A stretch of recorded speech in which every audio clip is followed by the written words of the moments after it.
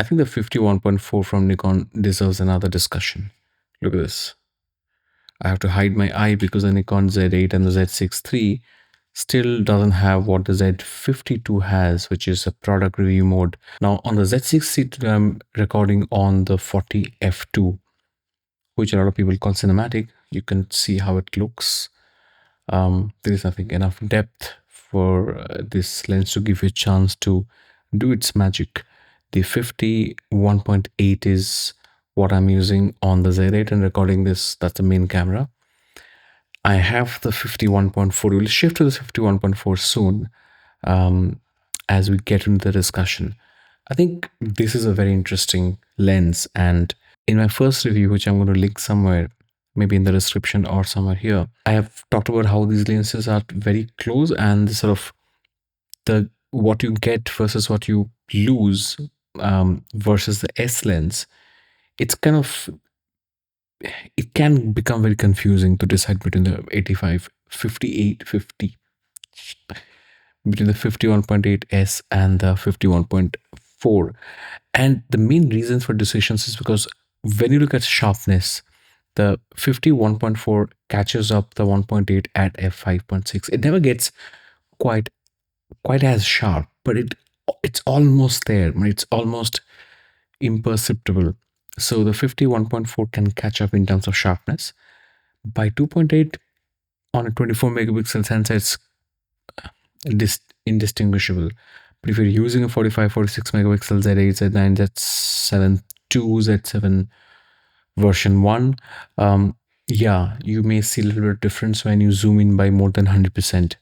And you'll see a little bit of sharpness difference at 2.8. But really, beyond 2.8, it starts becoming difficult to differentiate practically between the 1.4 and the 1.8S. So that's one area where it catches up. The second area is that if you look at fringing, not longitudinal chromatic aberration, but fringing, just the purple fringing and all that. Really, at f2.2, 2.5, the 1.4 starts becoming quite clean. The 1.8 also has a little bit of fringing. So I think both lenses at 2.8 are quite clean, right? Quite clean for practical purposes. When it comes to longitudinal chromatic aberration, I think both lenses again are quite good at 2.8. The 1.4 takes a bit more, probably at 1.4. At f4, the 1.4 is absolutely clean and gorgeous, right? So if you look at all these parameters, you see that when you stop the 1.4 down to 2.8, you're going to get comparable results. Not exactly the same, but comparable. You get the 1.4 from the 51.4, and you get that slightly more blurrier background, and you get a bit of character. The character at wide open at 1.4 it's really something to take note of. But I think the real reason why the 1.4 stands out is just the kind of magic it does in unexpected situations when you're shooting this lens. Like, I have shot this lens quite a bit during evenings. There are so many point sources of light during the night, and what's interesting is just how the 1.4 renders, and it's just unexpected. You'll take notice if it's shoot enough. You'll just stop at some of those images and you'll take notice. You'll see that this lens also has a little bit of less contrast. So when you shoot it black and white, it looks like there is more in the gray, more gradual transition in the gray areas between the darker, deeper blacks and the lighter parts of the image. It seems like there is more gradual transition from the darker tones to the lighter tones. But just that, a little bit of lower contrast, more gradual transition in black and white, the bokeh, especially in some situations when you have something complex in the background, it just renders it so differently that I think you would take notice, and that's something you cannot recreate. It can be done only with a lens like this. And this look, when it is quite sharp in most situations, but at the same time you have this a very, very different, uh, artistic looking, vintage looking look for the overall image. I think that can give you a distinct look, a distinct style, which is not probably what everyone is rocking. And so I think that's one reason why I like the 51.4. And I honestly did find it a lot of difference between the 51.8 and the 4 in terms of autofocus performance. So there I rate the two lenses same. A lot of people say that the 51.8S is a decent autofocusing lens. It doesn't have dual motors. The 35 1.8 is, however, has two motors. The 28 2.8, believe you me, has two motors, and those lenses are really, really swift when it comes to autofocusing. You'd really find it difficult to lose focus on those lenses. But there will be situations, especially while shooting video, where you will see the 50s, the 1.2 and 1.4, both of them will struggle a little bit. So autofocus is great, but it's not the best that Nikon can do. And for Nikon's best, you have to look at the 2.8 uh, zooms. You have to look at the 28 2.8, the long telephoto lenses. You should look at the 35 1.8S for great autofocus. I want to also talk about flare and glare a little bit. I'll now shift to the 51.4 from the 40 f2 on my Z6 III. Let me know what difference you see. Um, I, you're first of all, you're going to see a focal length difference, but then other than that, let me know what you see. 28 2.8. I think the 40 f2 is a special lens. And if you put a filter on it, it generally looks much better. The autofocus is of course not as smooth, but even for like, by the way, I was recently testing the Z52. On the Z52, honestly, the 40 f2 was autofocusing so beautifully when it came to video. It is absolutely smooth. Coming back to 51.4, I think you can see the difference between the 1.8, the 40 f2, and now the 50 um, 1.4. By the way, there are some obvious signs of character, but I think when it comes to 3D, that sense of depth and dimensionality, I do feel as if the 51.8 has a bit more of that. Look, the 51.8 is not depending on the brute force of 1.4 shallow depth of field.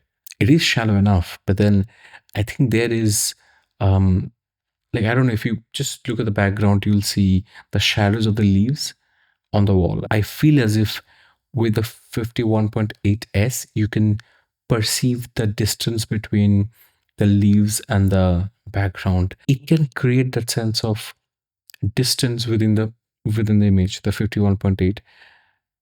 And I don't think the 1.4 does the exact same job. And I think the 51.8 does so well because it is not a, like they say, low element count lens. I think it is essentially faithfully reproducing the depth that's there in the real world. But when you are not correcting for aberrations, you're not correcting for distortions in the image, you're essentially not helping the process of faithfully representing the 3D world, which actually looks 3D and has that real sense of depth. So, contrary to the common belief, I think that's completely wrong and unscientific. It just doesn't. I don't think it's commonsensically true to say that the 51.4, which does not correct for so much aberrations and distortions, is going to have a better representation of a 3D world than the 51.8, which does that, which does represent the real world far more faithfully, correcting for aberrations, correcting for light rays getting distorted and bent like that. It kind of fixes it as the light passes through its elements, not so for the 51.4. However, the 51.4 strength is the fact that it gives you that unique character and that very different kind of look. And the bokeh, by the way, has that very interesting soap bubble effect. You get that at times, especially when the background is really, really busy. But at the same time, like very, very expensive lenses, and some say for like cinema lenses, the 51.4 does not focus breathe. So it's a really, really good lens for video. Look, As you can see, it doesn't focus breathe, which is amazing. And the same for the 1.8S, right? It just doesn't focus breathe. These lenses, these two lenses are amazing when it comes to really using them for cinematic situations. So in the end, I'm going to say that Nikon have given us two really amazing options. But if you want a more technical lens with more correctness and I think a better sense of depth, the 1.8S is the one to go for. That one. Given how great these lenses are, in time you should pick up both and just see how they're to be used differently. I think if you're working on art projects, on projects where technical perfection is not the main thing, but if you want to create, evoke emotions, provoke emotions, uh, and so for example, if you are shooting in any artistic project, it can be cinema, documentary, anything where you want a certain kind of nostalgic look, more human, more grounded, more realistic look, and not clinical and possibly perfect, then you have the option of the 51.4, also this 40 f2. So I think overall Nikon is giving us fantastic options. Both the 51.8 and the 1.4 are sort of so similarly built that if you ought to change them, change the lens, change between the 1.8 and the 1.4 while shooting when the camera is on a gimbal, it's going to be a breeze, no problem at all. So overall, I would say that for clinical performance, go for the 1.8, but for character, go for the 1.4. But you do that only when you're beginning, figuring out putting together a kit. But after a while, I think you should have both of these lenses because these lenses are not that expensive. And 6 months down the line, a year down the line, I think you're going to get used copies of even the 51.4. So that's going to be fun times. Do I own the lens right now? I do not own the 51.4 right now. I have this from Nikon in good faith for a few days, and I shot quite a lot with it. I loved it. I actually uh, thought of buying it, so I'll probably plan and buy the 51.4. It's just that at times now I ask myself that I need to justify any purchase that I make, so I have to be a little more careful. But if I'm able to figure out enough points to argue for the 51.4 in the next couple of months, I might just book one. Yeah. So subscribe to the channel. Let me know what you think of this conversation. Let me know whether you liked some of the pictures that I've shared here with you, some of the videos that you saw. Let me know what you think of them. And I'm going to see you soon with another video. Do subscribe. It's lovely seeing you.